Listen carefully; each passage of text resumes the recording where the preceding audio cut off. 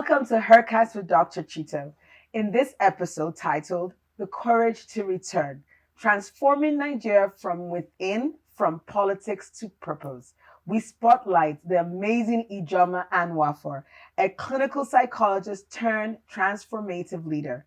After earning advanced degrees in the US, Ijeoma returned to Nigeria with a bold vision for change. She ventured into politics, contesting for the Federal House of Representatives primaries for the Imbatoli Ikeduru Federal Constituency in 2011, 2015, and 2019, driven by her passion for service.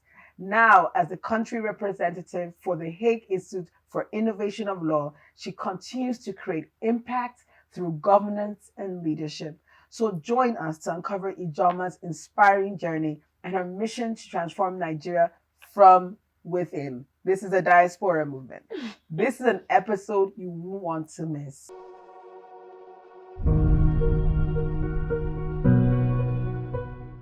Welcome, Ijeoma. Welcome to HERcast. I'm so glad to have you here. And we converse a lot, and I know this is going to be an exciting episode. Welcome. Thank you. Thank you for having me, DrChito. I'm so happy to be here. Don't worry, you won't understand our laughter. When we get into the gist, you will know. I follow her. She's my friend, and then I'm a fan. Imagine that. And I'm her fan because she has the boldness and the strength to venture. You know what it is to first return and see a different environment and then venture into politics. So I'm going to just kick it off by asking about your journey home. What inspired your decision to return to Nigeria after building a successful career abroad? And how has this kind of shaped your mission? Because I think that's what people are going to be asking. Because with all the Japa, they need to understand what brings people home. Oh my goodness. Okay, well, first of all, this was 2007. So there was there was a major movement, if you recall. Yes. There was a major movement. Yar'Adua was the president. All of us young Nigerians were like gingering ourselves. Let's go back home. There's so much. So I was the least likely person. I think those who even knew me in the US were like, if IJ could do it. Because I blend in. Like, so when I'm in the village, I look like a village woman. When I'm in the US, I look like the typical American. So me with my very heavy American accent, I said, why not? And I love change. And honestly, I was being encouraged to come and serve Nigeria, that I have so much to put into the system. If you're in the US, you're just a number, a social security number. So that's what I say, yes. I was like, yeah, you're young and, impressionable. And I was a young mother. I was married with 2 children by that time. And I had planned to space my kids 2 years apart. And I had 2 already. So I said, okay, so my husband and I, we talked about it. It was more like, when I think back, it's the hope of youth, the energy of innovation, and the courage of change. Like you're kind of looking forward to change. Yes, that you don't even know anything about. So that's actually what, now that I think of it, I'm like, sometimes I do ask what the heck? I don't ask myself as much, but funny enough, I ask myself sometimes. My kids are now grown enough that they ask me, okay, like, why did you even come back here? What are we doing here?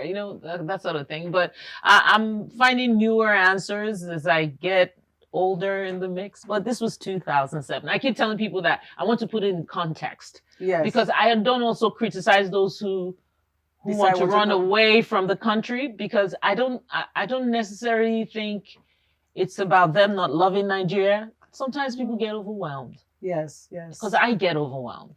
So that's true. You know what I mean? Yes, I so honestly, it's not a judgmental thing at all. It's more like where you are. I don't think I'll make the same set of decisions in 2024 that I made in 2007. I've never thought about that, because I think I returned in 2009, and you guys set the pace. Right. when we came back, there were just many people that have. Yeah, there were so many. Some people have returned back, to be honest.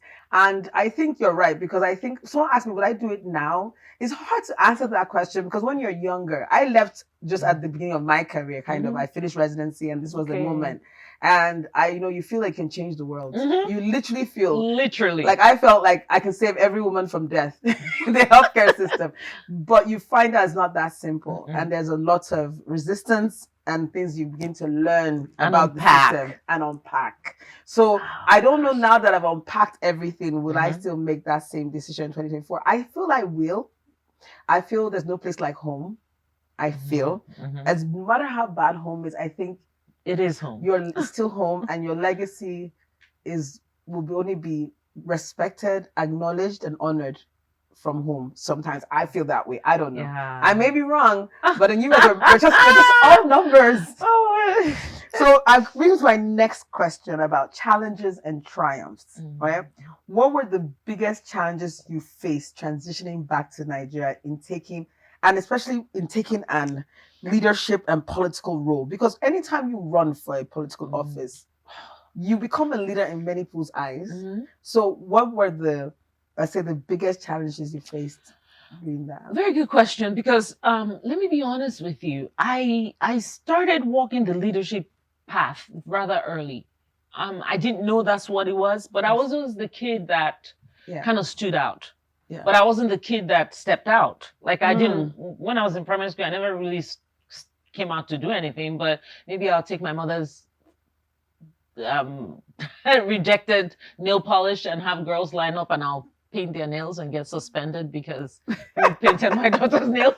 But in retrospect, that's leadership, really, because I wanted them to look beautiful and I made way and people followed me. What is John Maxwell says, leadership is influence. Yes. So from that age, I started also realizing that in my little cliques, people listen to me. So I started feeling responsible for the things I say. And so it kind of evolved. So when I was in the US, for instance, I was the youngest person in the treatment team. You know, that's a big deal. Yes. And so I worked in a psychiatric hospital and I just I just got my bachelor's. And most of the time it's people with their masters that will be on the treatment team. But my mentor then, a Jewish man, a psychiatrist, Dr. Bogrove, he pulled me aside and said, I go by my English name there. He said, Anne, I see something in you. You're not qualified to be here, but I want you to learn how we do what we do.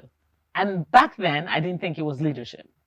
So when I now came to Nigeria, I came to Nigeria knowing I wanted to serve. I didn't know how I wanted to do it. I wasn't clear on it. I was even being discouraged. Oh gosh, Nigerian politics, it's not for women. You're too refined for it. And I wasn't really into the politicking. I think I'm among those kind of people that said, you're doing what? I didn't want to say it, but your entry was like, what are you doing? Are you sure? Are you entering these are lions. These are like lions. Yeah. These are lions. So I won't use the word lions. I want to use the word dogs. But you know what? They bark, they bite. But you know what was exciting about getting all of those things happening? It aroused my curiosity and my desire to want it. Because I actually do well. I have this bit of arrogance about my existence. I don't want to be I don't want to be ordinary. Yes. So whenever people challenge me or say, I was like, okay, why not? Like, I don't want to be normal. So I went into politics knowing, first of all, I'm going to play a different type of politics. I'm going to be perhaps the only woman or few that are in politics that I can stand up to the men. Fortunately, coming from the US, it was more about race. It was gender, but more about race then. So I had already learned, I went to a majority white school. I'd already learned that if you're in a minority group, you must exceed the majority. So I grew up with that notion that if I'm going to be in a space full of men, I have to be an extraordinary woman. I can't be average. It doesn't work. That's just the reality. If you go to Harvard and you're black, you have to be extra. You have to be Obama. Yes, you have to be real Obama. You have to be like leader. You have to be there. Yes, that's just the fight of in sociology. They taught us very early. That's just the burden of minority groups. Yes. So I came into Nigeria knowing that I was going to set a certain standard. It doesn't mean I'll be perfect. It also means that I had accepted the burden of leadership. I'm always aware of my space. And I didn't come into politics wanting to make men feel insecure around me. It was the opposite. I get along with guys because I'm the only girl in my family. So I give men their respect. But I'm not a feminist. Sorry to disappoint most people. I am. I am a human. I am a humanist. The reason why I love that. I realize that feminism does not quite work in the African culture. context. Yes. Is because you're coming to people and you're disrupting everything they know about their self-identity. It's harsh. By their definition of what feminist is, yes, though. But it's harsh. People have a wrong definition of feminism. Right. Yeah. But let me tell you why I call myself a humanist. I now realize that first, the conversation ought to start with what we have in common. Yes. We're all humans. We're all humans. True.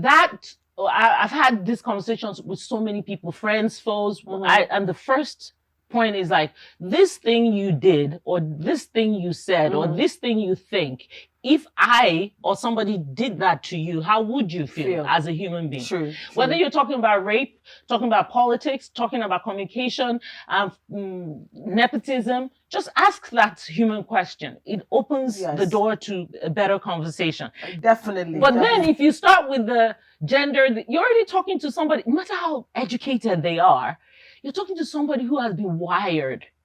Culture wires us. Yes, definitely. So you're trying to unwire somebody harshly. You're saying, no, look at me, I'm a woman. You should do, no, the conversation, they get defensive. So I don't even have that conversation anymore. What I focus on is, how should we treat human beings? How should we treat each other? Yes. How should we treat each other? So going back to your question, so when I came in, the challenge in the political space was trying to maintain the brand I had chosen. And I think it's important that people realize that each of us are walking brands. Who do you want to be? Very important. Then you make your choices based on who you want to be. Definitely. If you're confused about who you want to be, your choices will also chaotic. Yeah, it will be chaotic. All over the place. So that was the biggest battle. Like, how can I maintain myself in a space that, I mean, the stories of politics in Nigeria, funny enough, I was in politics in the US, but not to run. I actually was behind the scene. I was that person who would, in college, young Democrats, all those things. I did all that. So I was politically active, but to transition to running in a different space, it's a totally, one of these days, it's a totally different space. Totally different. Yeah. So, yeah. And I just love what you said about one of the challenges is maintaining your brand, who you identify in this culture space, in any space that you find yourself. Because I think that I can relate with that, honestly can. And I think it's something that, we talked about, success about, and this is why I worry even about our educational system, right? We don't groom young leaders. We don't have programs, even in schools. We try to have all this after school 1 hour club, but when you talk about things you were involved in from, I'm sure from high school stuff and all this other, like the other day I was trying to think, okay, my son, what do I do for him this summer? I don't think I want to do an ID tech or anything. I want to put him in some leadership camp or a camp that develops those skills, and he's 14. But I'm thinking, I was not even looking in Nigeria, what kind of programs I have here for youth of that age that develops those skills. We don't have it. And we don't have the ones that are even subsidized or free. So we're running a country where the young generation is kind of losing out. Because you just said something that's very, very relevant. You started early. Yes. You started building these skills as a child, younger than, and then grew up and had the courage and determination to even come to Nigeria and do it again, or do what you do. Exactly. What's your thought about this what's happening in terms of... Yeah, first of all, I want to challenge you a bit. And anyone listening out there, I think we meet problems that were supposed to be part of the solution. Yes, definitely. That's what I believe, first of all, because if you're not going to be part of the solution, you never meet that problem. Yes. So I always, and that's why those people who say the problems are opportunities, I'm in that school of thought. And I believe so. So like what you just said, why can't somebody develop that? There's a need for that. Yes. I was telling someone, if I retire, I want to go into agric and education. Things I'll just walk around. I say, do this and do that. But anyway, no, on a serious note, I do think we need to reconsider our curriculum. Yes. Do it backwards. Like, what sort of people are we trying to produce? And then design curriculum to reflect that. What we have now is we have curriculums that are so disjointed from what we actually need. And You're it's not correct. working. Definitely. It's not working. Like my children, I from childhood, like when they were little, what do you want to be when you grow up? Of course, it's changed over time, no Yeah. problem. But as they got older, I said, well, make sure you do things in accordance with how you see yourself. Because if you mess up here, you won't get there. So they're very conscious of it. Like my son, somebody told him, he's in computer science. His economics 101 professor said, "You're really good with economics. Do you think might want to consider majoring or minoring?" So he said, he doesn't know what to do. So I told him to think about it.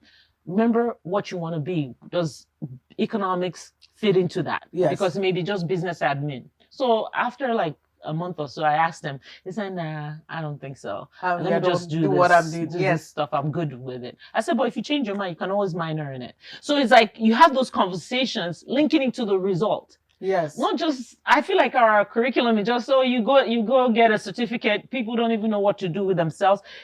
Because if it wasn't that way, our unemployment rates won't be this high. True. Because if I'm doing things to help me get to where I'm going, that means by the time I'm done doing those things, I get to where I want to go. Yes. So you're absolutely right. And in doing that, you're cultivating leadership skills. I always also ask myself, like, what makes good leaders? You know, this whole thing, they're born, are they made? I think leadership instincts you're born with it. But I think it's a continuum. Everybody has it. Element of leadership, right? But it takes some level of intentionality to grow it. You know what I mean? That's like I was saying, like now when I think back, I think about having little girls line up with nail polish. Yeah. It's naughty, but think about how much influence I had as a little girl. You know what I mean? True. So now somebody picks up and says, you know, people listen to her when she talks. I'm going to make her the class prefect. So people will listen to her. Then you're in a workplace. Somebody says, Dr. Chito, you're different from all the other junior doctors. I think you should, you know what I mean? But it's there's an intentionality that goes with it. However, part of that intentionality should be infused into our educational system. That's what because you can actually make leaders. That's what you can actually make leaders. Believe in that. You know, that's why I opened the hospital up for mentorship. Like those that want to study medicine, all these young students in high school, I open up, come join us, follow us, because it helps. They need that guidance, like I said, intentionality. This is what I want to be, so let me expose myself to see it. And that's something that I think is lacking in our climb. And I think parents need to start demanding those things when you talk to your kids. It should, like me, I'm here looking around and thinking, because you know your kid listens to other people, but well, not yours, mine.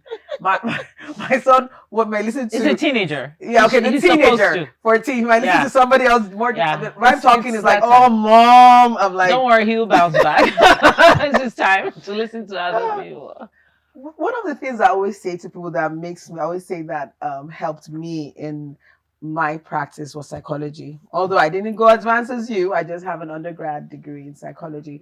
But I see how that really, really helped me in terms of what I do in medicine and understanding human behavior, people, how they think, how they process things, and actually being patient about that, because you kind of understand and connect what's happening.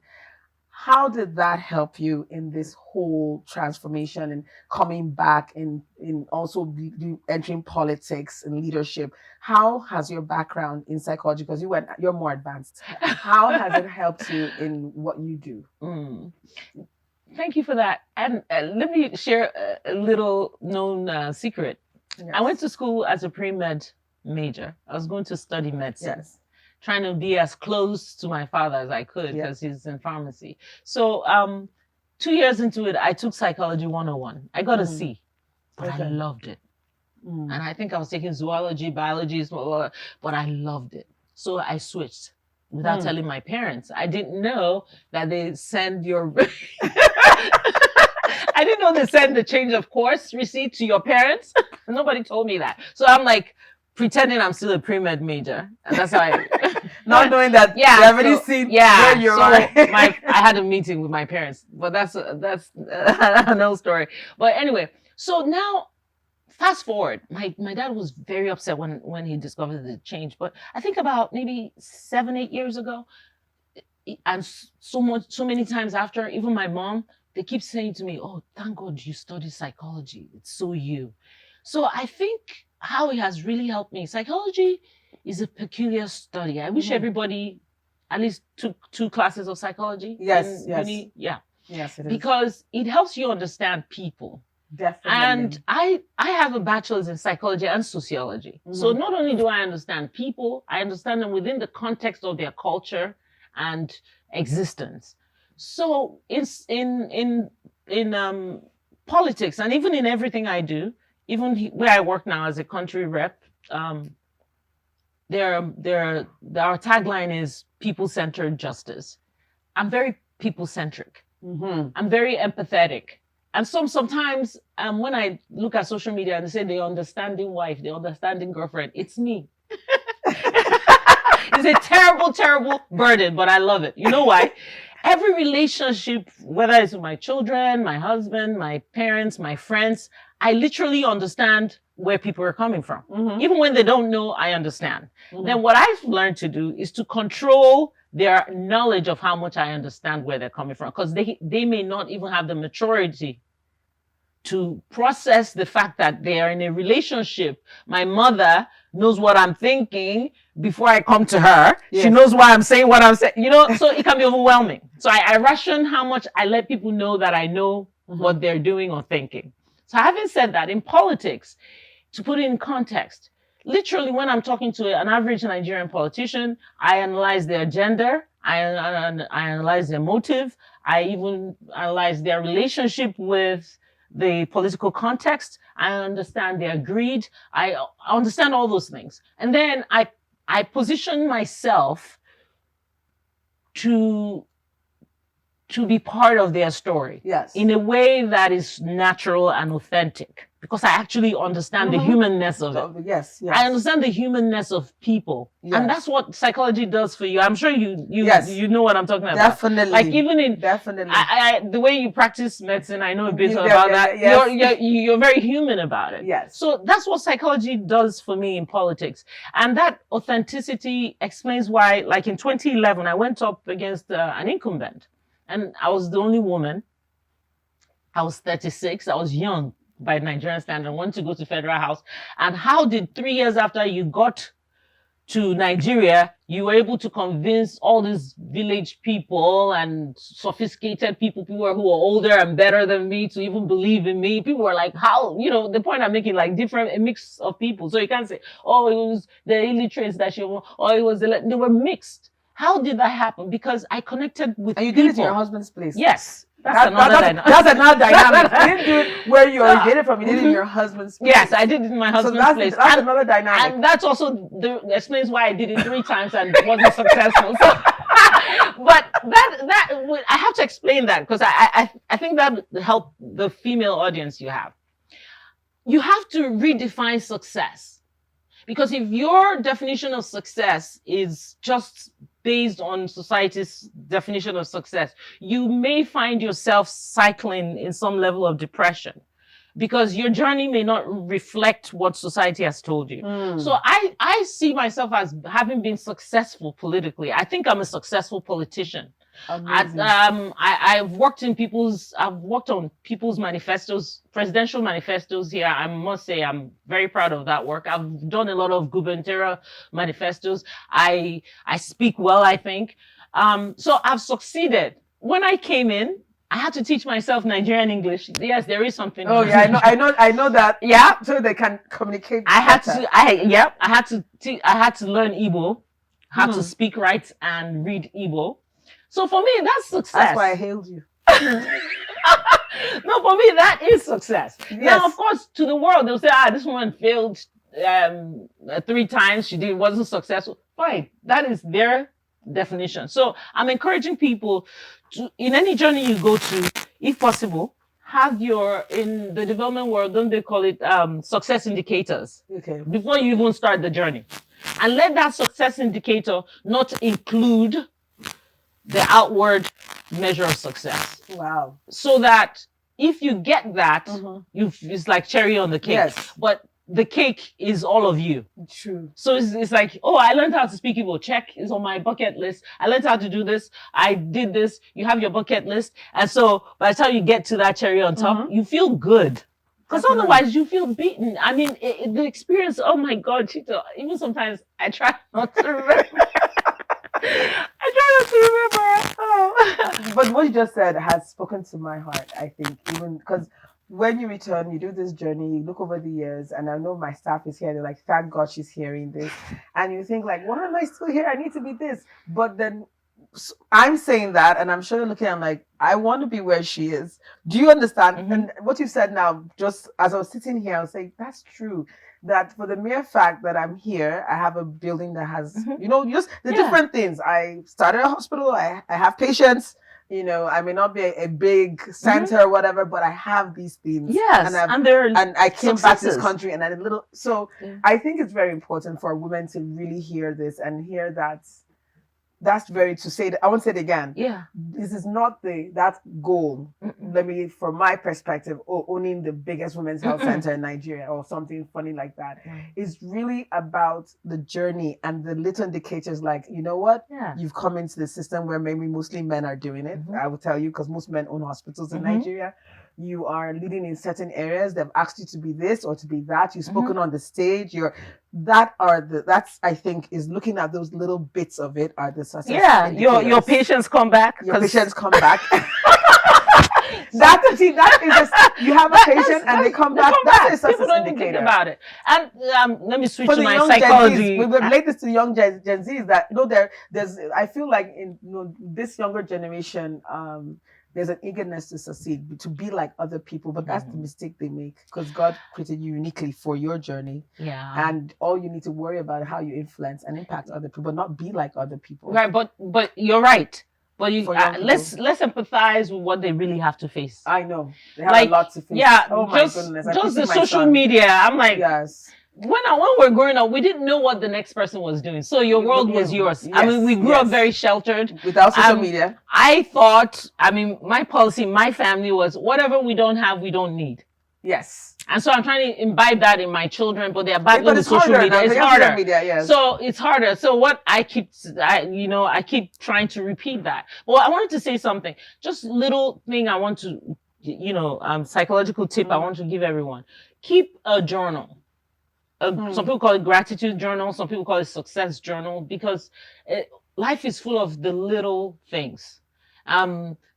Or the littler things, if you want to be silly about it. But it's full of the little things. Yes. And because they're little, we forget them. Yes. And we focus on the big things and they overwhelm us. You start thinking, I've not done much. Look at what my peers are doing. But even your ability to recognize what your peers are doing is success. Some people are so aloof, they don't even know that they're lost.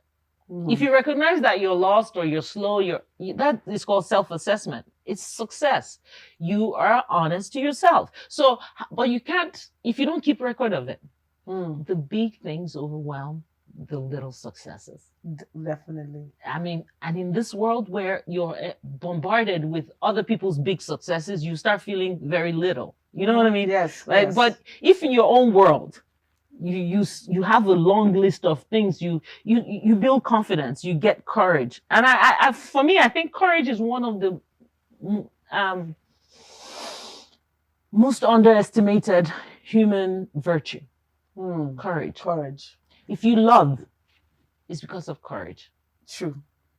If you're disciplined, it's because of courage. True. And I wish parents would take time to imbibe courage, sense of courage in their children. It starts with building confidence, then it converts to courage. But yeah.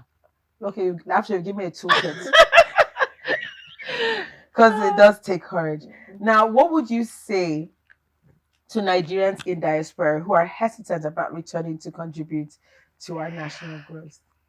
There's a lot of talk about trying to get diasporans to come back. I know in the medical field, there's this whole thing about trying to get people to come back. But what would you say? I when they ask me, I say, come in little doses. I'm scared to tell someone to come back. I feel you need to come back and take it in small doses and see for yourself where you fit in or how you fit in.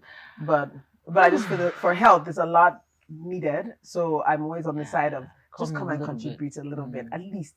But what would you say? Yeah, I'm a realist. So here's what I think. I think it has to make economic sense to those in the diaspora. More and more is making less economic sense, but you let it make economic sense. Why I said so is that if it doesn't make economic sense, it will affect you psychologically. Yes. And then secondly, after it's made economic sense to you, then it has to make a commitment sense to you. Like you're committed to coming back because it's rough. It's not easy. No, you have to be. So you have to be 100% committed. commitment. I love what you said before. There's no place like home. Yes. So you have that sentiment, but you have to be committed that you want to come home. And then I will also borrow from you. You have to take it one bite at a time. Yes. Not everybody's built to just kind of do what I did, where I just move. Let's go. You know, if you've got it, please do it. But if you're more mellow, it's okay to take a bite at a time. And the biggest bite I think people underestimate is the human element. People ask me sometimes when I say I want to go back to the US, they was like, why? You're disappointing me. You've been here. I said, well, they think it's the light or this or that. No, the human element, it overwhelms me sometimes. I must admit, it overwhelms me. There's Nigerians on the average, not all of us, are so inundated with the survival instinct that people are not living. Yes. And for those of us who know the difference, it's hard. Like, if I want to love you and care for you and show you kindness, you're looking at me like, you stupid woman. Why are you giving me this for free? You do, or they're looking at you suspiciously like, you must want something from me. And I don't look at it as a bad thing. I think it's a survival instinct because the environment is so harsh. It's almost like literally we're in the jungle and everybody's trying to survive.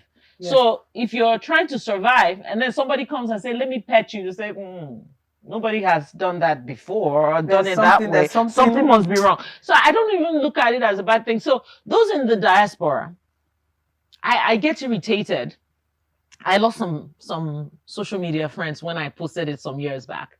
I get irritated when Nigerians in the diaspora come off as being condescending to Nigerians in Nigeria. I get irritated too. Yes. So there's this, because some of them would not know that I was in the diaspora. So they'll say certain things and I'm like, are you kidding me? Like, these are not people who are born there or anything. There's nothing special. You travel there and you say condescending things. And I think when you decide to come back, you have to start interpreting the humanness of both sides of the story. Yes. Like Chimamanda said, there's a danger of a single-sided narrative. Yes, yes. So if you're in diaspora, you're coming, please don't come like you're coming to save us in Nigeria. We're okay. Come because you want to add to our journey. Yes, yes, yes, definitely. We're all journeying. It's not like, we're all journeying. Yes. I still have clients from the US. People are referring people to me for therapy, and they're Americans. I'm in Nigeria. Yes. Do you get what I'm trying to say? Yes. So it's not, why wouldn't they find an American there? I still working. This is very important. Yeah, do you get what I mean? Yes, like, it's very so important. It's like, let those in diaspora know that they're coming to join us in our journey. Don't come with a sense of superiority. Come with a sense of service, like you want to be part of the Nigerian story because we're going somewhere. It may not feel like it, but we are going we're somewhere. going somewhere. So we are going somewhere. And I really, really like what you said, because I think when I think of all the things and all the gifts and everything I've just learned and gained being in Nigeria, I wouldn't have gotten it anywhere else. I don't even think there'll be a HERcast if I was anywhere else. The whole inspiration of what I do comes from where I live. Exactly. And that's in Nigeria. And I think that's what I keep telling people, that my thing is that I wouldn't be me or what you see of me if I didn't make the decision to return. Yeah, same here. There's some things that are priceless. Economy, yes, make sure it makes sense. But there are other things that are so priceless to your growth as a person. So my treasure is here. Right. And the reason why I even say make sure it makes economic yes. sense is that if it doesn't, you might find yourself compromising your principles. That's Definitely. that's just why. Yes. My kids, raising my kids, and some Yes. people may not like this, and maybe it's the capitalist in me. I tell my kids, the only reason why you're going to school is to be economically independent. And then along the way, you're going to meet other things. Yes. But if you're not economically independent, Yes. it's going to erode your values. Definitely. And so for me, I don't mince words about it. Yes. Most people make decisions they make today because they're economically disadvantaged. So it clouds your judgment because, again, survival. Yes. So you can't leave if you're still trying to survive. You survive first, then you start living. True. Very true. That's great. Now, I'm going to go to now societal and cultural barriers, right? What societal or cultural barriers do you think Nigerian women... I know you're humanistic. I know. So I put it that way. now that we understand ourselves. Do you think hold Nigerian women back, and how can they overcome them? I think the entire culture, religion, tradition are wired against women. And I'm using the word against women. Now, having said that, I also believe that in every society, wiring must be against a particular group. Any society. It might be wired against a color, gender, religious group. That's why there's war everywhere. It could be economic wiring. So if it favors one side, there's one side that's suffering. Because rarely would you come to a society and it's wired centrally. I don't know of any society like that. There are even societies where it's wired against men. But they're rare. There are not too many of them out there. But anyway, so when you know as a woman, the barriers is now not because you're a woman, but because you will also be wired to think that you're less. That's true. So wow. It's a Stockholm syndrome. Women look at other women through the lens of men. Yes. So if you in politics, they're always telling us women don't support women. It's not true. Women don't support women because those women are looking at fellow women the way men look at that woman. Oh, wow. Does that make sense? Oh, yes. Now, let me bring it home a little more. Oh, bring it home. This is amazing. I love it. Let me bring it home a little more. You know, you're in a house full of boys. Yes. Like me, I grew up with boys. I know. So my mom, to make life easy for her, she didn't really waste a lot of time saying, oh, do this or do that, yes. you know. So I'm up and coming. And I relocated to Nigeria. Yeah. And my mom was like, please, I'm going to be buying your clothes. So my mom took it upon her to be buying me all these wrappers and the raining things, because left to me, I didn't know anything. You know what I mean? Now, I was meeting Nigerian women when I was in politics that would say things to me like, oh, she's so humble. She wears what is those things called? Like she wears costume jewelry. She's so humble. I love my costume. Yeah. You know, she said she's so humble. She does it. She's so humble. I'm like, what does humility have to do with simplicity? Oh. If I was a man, how would you define me? Men don't wear jewelry, but there are men who are simplistic. Yes. You get? Yes. So I find that women try to define other women through the eyes of men. They're seeing my simplistic nature, but they're trying to attach it to my feminine disposition so it will make sense to them. Yes. But why can't you just say, she's so humble, and just leave it like that? You don't have to talk about my clothes, my earrings. I don't know if you understand. So it's like, even women look at each other through the lens of men. It's a Stockholm syndrome thing where the oppressed starts identifying with the values of the oppressor. Oh, yes. It happened in World War II. That's where it got the name Stockholm syndrome. Yes. And it happens all the time. So what I do, and what I encourage women to do, and if you start it, you will love it. Every time I see a woman, I must compliment something. And I do it more with people who never expect to be complimented. For instance, you go to the market and somebody is haggling on something. I'll say, but this your face like this. Your fine face, you're wrinkling it. The woman said, me, fine? I say, yes, now. You think I didn't notice? I'll start complimenting her. And why? Because ultimately, in the scheme of things, she's not an attractive female to a man. And most women will also not find her attractive because they're looking at her through the lens of a man. Oh, jeez. So men don't wear makeup and we let them pass. They'll say, well, oh, he's a fine man. A woman doesn't wear makeup. She said, do you know what a woman said to me the other day? She saw a picture of my birthday picture. She said, wow. Then she looked at me. She said, what happened to you? I said, I'm not wearing makeup. She said, you should wear makeup more often. I hear that a lot. So I said, no. Does your husband wear makeup? She said, what does my husband have to do? I said, precisely. I'm sure you find him attractive. I said, I find myself highly attractive without makeup. And we started laughing. And somebody who was there, who knows me well, was like, don't get her started. So we have to be intentional. We have to be intentional. Yes. I love it. Men love us with makeup.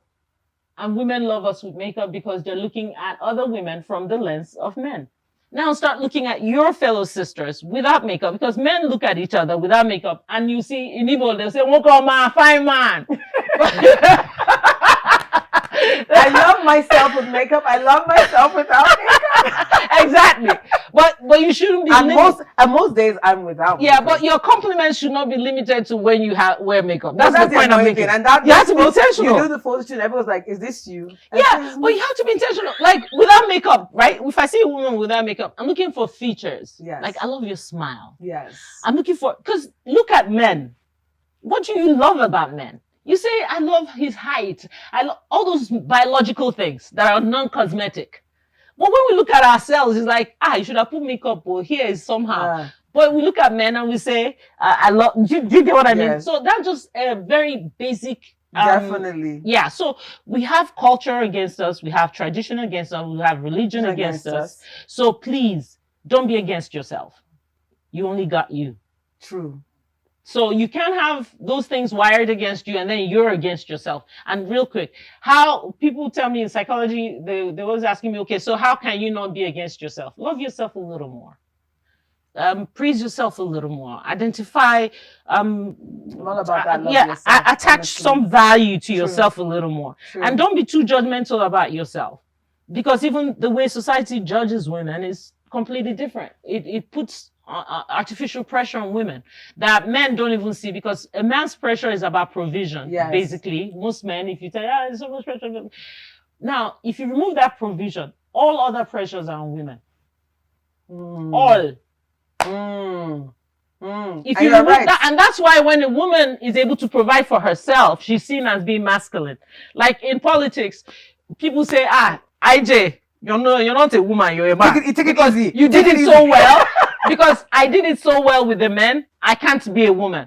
Do you get? Even with financial empowerment, and I think when people ask why I'm so into women being empowered, because you see, all this that we're talking about, reaching your full potential or breaking the ceiling and breaking barriers, can only be when you feel you're empowered. Yes. And we've been told not to be empowered, not to be over empowered. Take it easy. I love the take it easy part. You're moving, because I at one time led an organization in Guild of Medical Directors and FCT. Now I'm the vice president, but I was in the midst of men. And I remember entering as the chairman of that organization, seeing all these men, the owners of all these hospitals, NASA, and all these men older than me. And I remember saying to them, how am I going to do this? And I found a way. But then I knew that there were people that would say, take it easy. Take it easy. Don't be so aggressive. Then the next thing I got a name called Iron Lady. I love how they tag us with names. Yes, that's what I'm saying. When you're strong. And I became the Iron Lady. Once you're strong, wait a minute. It's not just about being strong. Once you're strong and you're doing what you're doing well. Yes. They cannot accept that a woman can be feminine and do what she's doing well. She stops being a woman and becomes a man. Almost saying that a woman can be this good in politics. A woman can be this good in making money. Yes. You know what I mean? There's an Igbo word for that thing. There's an Igbo sentence that they said. The woman that's like a man. Okay. There's a word. I can't. Let me not expose myself. But no, like they used to say ago wine. Like ago. A man is called ago, a lion. Yes, I think. But a woman, they will say ago wine, like a lioness. A lion woman, literally. But the point I'm making is this: the two things work at work. As much as women, we're talking about women being meritorious. we also have to prepare our men for what that feels like, because most men don't know how to handle or manage successful women or women who are meritorious. It's rare. Like, and it's not their fault. They were not taught how to manage that. What do you do when you've been told by your parents you need to provide for your woman, and then you jam a woman who can provide for herself? You feel displaced. You don't know what to do. So certain human virtues are not developed properly in men because the focus is about provision, provision, provision. So now when they see a strong woman where they're supposed to provide emotional support, companionship, they are lost. They don't know what to do. Most men are raised to just focus on provision. Yes. And the world is changing. In the US, I think they said 4 out of 10 households now, like 40 to 50% of households, the woman is making more money. Because now the world is shifting towards like a meritorious balance. So, based on merit. So what do we do with our boys? How do we raise our boys to know that if you want to get married, if you want to be in a relationship, you have to be able to offer more than just provision, because you might fall in love with someone who can't provide for themselves. Definitely. But they need you to provide other things. It's not just money or but for women, those other things matter more. They're more. That's what. Yes, you get what I'm saying. Yes. So imagine a man who has those things, can offer you emotional support, can be a partner, can provide companionship, can even give you directions, even though you may be making all the money, but you need somebody to say, no, make left, or I think you should make. That helps. Women are still seeking for that. But are we preparing our boys for that world? Because we are raising educated girls. What does that mean? So those barriers come up because that's how we're wired. So we have to unwire and rewire. And raise our boys differently. Or we can use this, I was saying wiring, learn. You unlearn and relearn. Definitely. So now your vision for Nigeria. What does a thriving Nigeria look like to you? And what role do women play in achieving that vision? I think a thriving Nigeria will be one where basic necessities are met so that people will move from survival to living. And what that feels like is that you're able to eat, drink water, have electricity. I'm just saying it. Go to the school you want to go to, learn what you want to learn, have basic shelter. For me, once we get that, then we'll start producing another layer where people have all those things met. They can now start talking about humanity and living. You can't tell somebody who's starving to be kind, to be generous. Do you understand? It's like, their basic needs are not met. I'm such a Maslow person. I believe in Maslow's hierarchy. So that's my idea of Nigeria. The role women can play is something I'm going to share that may not be that popular, but I want you to just hear me out. Women have a duplicity that men don't have. Like a man in our society to acquire feminine qualities are not that well received. But a woman to acquire masculine qualities are better received if she handles it well. So I don't encourage women to resign or throw away their feminineness or femininity because they're acquiring masculine-like roles, because they're just roles. They're not that deep. So what am I saying? You can hire a driver and you're a woman and you talk to him and he's looking at you like, I have one of you at home. You get to say, no, you don't have one of me at home. You have your wife at home. When you leave your home, the whole idea of head of the family ends there. In the space, it is about who is in charge. If I am your boss, I am your boss. I pay your salary. Your dynamic between man and woman should be boss to staff. And that's it. And the boss should respect that person, not because he's a man or woman, but because he's human. That's the humanity thing. Yes. And so the man too should work as though he's working for his boss. It doesn't matter if he's a man or a woman. When he goes to his house, please, for those who are Christian or Muslim, women, where you belong in your household. Every household is different. However you run your family, no problem. But you see out here, in order for Nigeria to thrive, women have to embrace that duplicity in a very wisdom-laced and intentional manner. That means if you're more educated than the men you find yourself in a room with, you probably will do more listening. So when you open your mouth to talk, they listen to you. I've mastered that art. In politics, I find myself in a room where I'm the only woman. So automatically, I know I can't just jump into conversations. But because I will listen to them, when I do talk, they listen to me because it's mutual respect. I'm not competing with them. I'm not trying to show off. I'm not trying to argue with them. And that may not be the best place to have a gender-based argument because I'm in the minority. But I will, in a subtle way, start preaching issues of humanity, humanness, sensitivity. Not necessarily, I won't do equality. I'll do equity. I'll talk about fairness, not equality.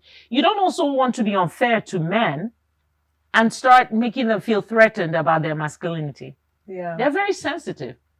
But that's a topic for another day. Men are much more sensitive than society leads us to believe. And that is where most of them struggle with mental health issues and all of that. And there's some work I'm doing with some people now. We're trying to design mental health workshops for men in Nigeria because it's something that nobody talks about because men are supposed to be strong and powerful.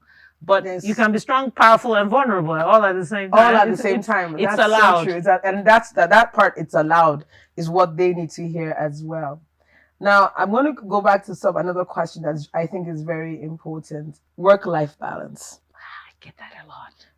I get it. So once you're a leader, once you're in a strong professional, good at what you do, the question that most women will have when they're looking is, how do you manage personal growth, family, and the demands of leadership in a high pressure environment? I mean, this is a question that I would love to hear because I struggle with it. I don't know if there's ever a time where I can look at it and say everything is balanced.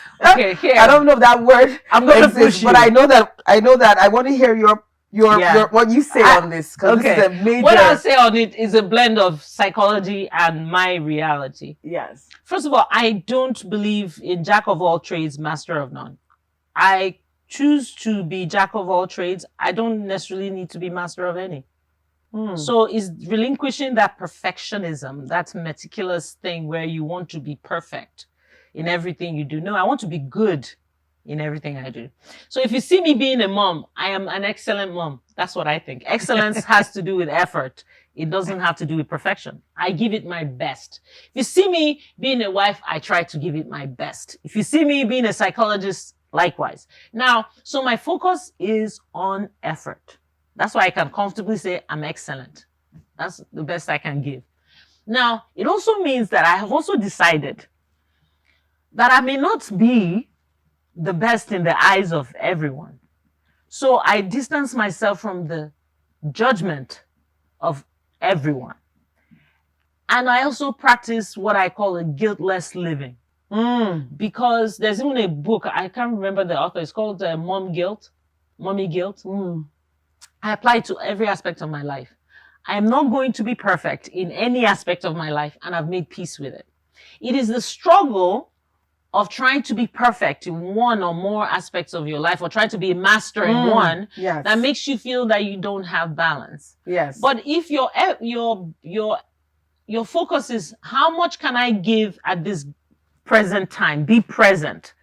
Let me give you an analogy. Being a mom, my children, every time I'm with them, even when I'm not with them, like in the morning, I leave voice notes. I'm so terrible. I leave voice notes about things I remember. Why? Mom means take notes, parents take notes.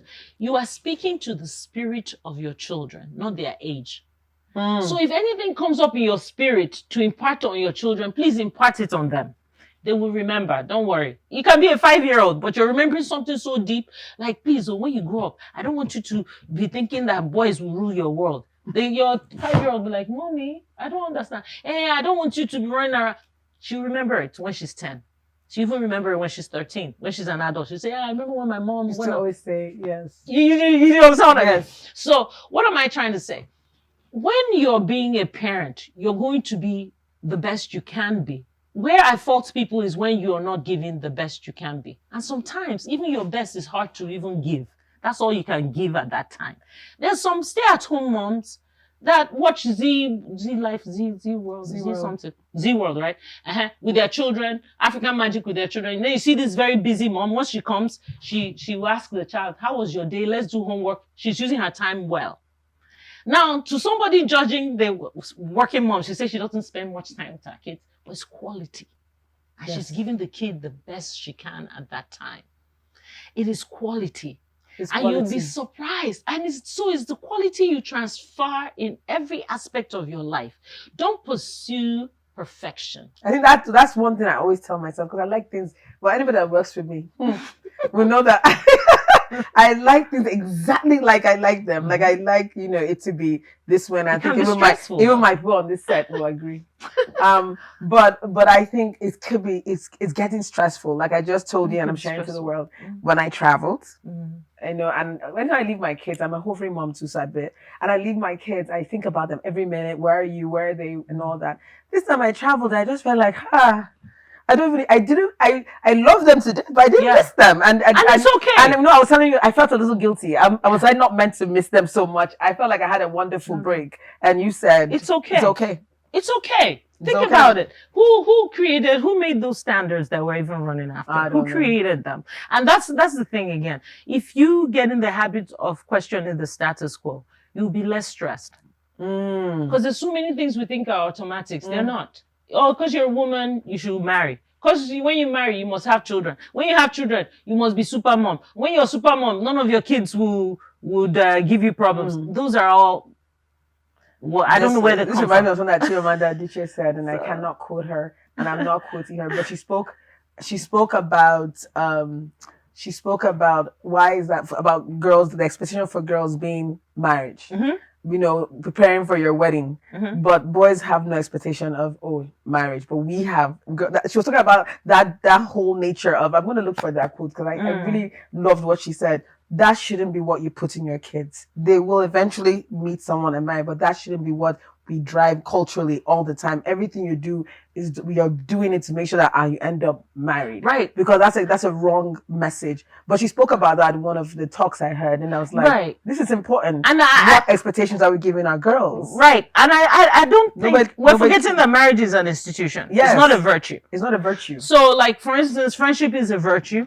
Yes. People don't even talk about that. So you can say, you should go and find a really good friend. Yes.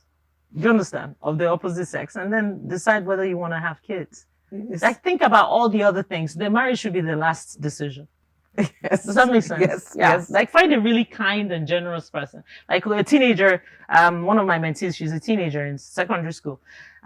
She asked me, she said, "What should you look for in a man?" I said, "Wow, why are you worried about it?" I said that because her parents keep talking about marriage. I said, "You know what? Thank goodness." I said, she's an SS3. I said, just 3 things. Find a kind, generous, and an ambitious person. She said, "What of God fear?" I said, that's up to you. God fear is always. Oh, wow. This has been, I think, one of my best episodes. Oh my God, I think always talking to you is always like that. We can go for hours. And so we're helping everybody out here because this would be a 3-hour episode, but we just want to make sure we give you the nuggets. But a call to action. What final words of encouragement will you give to women who aspire to lead and create change in Nigeria? Before I say that, one of the things I always used to say about myself is I always felt different. I always felt I didn't fit in. And I felt, that I didn't see things the way other people saw things. And I felt for a very long time in my life, I felt that was negative. Do you understand that? I don't feel like I fit in. I look at things differently. Like how doctors are meant to be, for us, doctors are meant to be boring. I don't know why they think we're boring, but we're not. And we're meant to be simple as much as possible. And I always felt creative and I always felt wanted to do more. And I love the stage and I love talking. And I just felt uniquely different all the time. Even among my siblings, I feel different. And I thought that was something that was a problem. But I learned maybe it's something that carved my way to be who I am. So I know that as a leader, sometimes I think one of the ways you can identify a leader is they never really fit in. Yes, they're non-conformist. So I wanted to hear your point of view of I want to hear those action. final words of what you will tell women who want to lead and create. Because sometimes your job is to create a change, which to me is leadership too. But Yeah. what do you think? Yeah, first of all, being a woman, one of the advantages we have, we are meant to create. I mean, we have babies with the seed put in us, and we produce a full human being. So we're meant to do that. So I want to encourage women who may be feeling different to know that is one of the instincts of leadership, because you want to make change, so you have to see things differently. So I want to encourage women to keep their femininity and know that some of the best things in life are attached to being masculine, but they're not masculine. They're good things. Being economically independent is a human thing. It's a human tool. So you can help your partner better. I always tell men that if you marry a woman who can contribute, she will make you be a better man. Yes. If not, if you marry a woman who does not contribute, as you get older, she becomes a liability, whether you admit it or not. So women should see acquiring those skills as making them more feminine, more woman-like. Not necessarily around, we should not limit our definition of ourselves based on marriage, but based on contributing to humanity. So imagine if you're building yourself to contribute to humanity, and then you meet that one partner. How awesome that would be, because you're already in your glory, because you're trying to serve humanity with all these values, all these leadership skills. And then it just happens to be that you met somebody who is not suppressing that, and you're uplifting each other. It makes for a better marriage and partnership. But that should not be the goal. The goal is making yourself a better human being. And I think it's the one last thing I'll say. It has to be about you. The story has to be about you. It has to be about your courage. It has to be about your strength. It has to be about your love for yourself. You have to decide to be intentional about all three. And it takes courage. I can't say it enough. Courage, that's my new thing, even for myself. Like I always tell myself, have enough courage to. Have enough courage too. Because the absence of courage is ordinary. Yes. Yes. It's just ordinary. Yes. Like you pass and nobody knows you even existed because you didn't have courage to say hello to a stranger. You didn't have enough courage to stand out or to be different. So women, have courage, stand out, be different, and be intentional. Please, please hold on to your femininity. It's good to be feminine. But give yourself permission to acquire things that are good for you, for humanity. It doesn't make you masculine. Thank you. Amazing. I think this is a wrap. And so amazing because I think, as I said, this is a powerful episode. This is, I think, going to be one of my best episodes to share to all of you out there. And like we said here on the set, we're just saying, no, for women. And a man said, no, it's for men too. This is something that I think everyone needs to listen to. So thank you so much for joining us on this inspiring episode of HERcast with Dr. Chito. Ijeoma and Nwafor's story is a testament to the courage it takes to step out of your comfort zone, return home, and drive meaningful change. From her journey in clinical psychology to her bold foray in politics and leadership, she exemplifies purpose-driven transformation. So as we close, let's remember the power of returning to our roots and the impact one person can make by choosing service over self. If Ijeoma's story has inspired you, share this episode and join the movement to create a better, stronger Nigeria and world through courage and purpose. Now, HERcast with Dr. Chito empowers women to overcome barriers, gain knowledge, and thrive. Inspired by my journey, it tackles societal challenges, equipping women to break limits and reach their full potential in all areas of life. With our tagline, Her Strength, Your Inspiration, HERcast inspires women to rise, live authentically, and embrace their greatness. So listen to us on YouTube, on your favorite podcasts, whether it's Spotify, Apple, Google, etc. Watch our videos on YouTube, HERcast with Dr. Chito. Follow us at HERcast Podcast at Dr. Chito N, and watch us on Rapid TV channel 176 on Startimes, Saturday 7 p.m. and Sunday 2 p.m. Until next time, I'm Dr. Chito, reminding you to live boldly and lead with heart. See you on the next HERcast.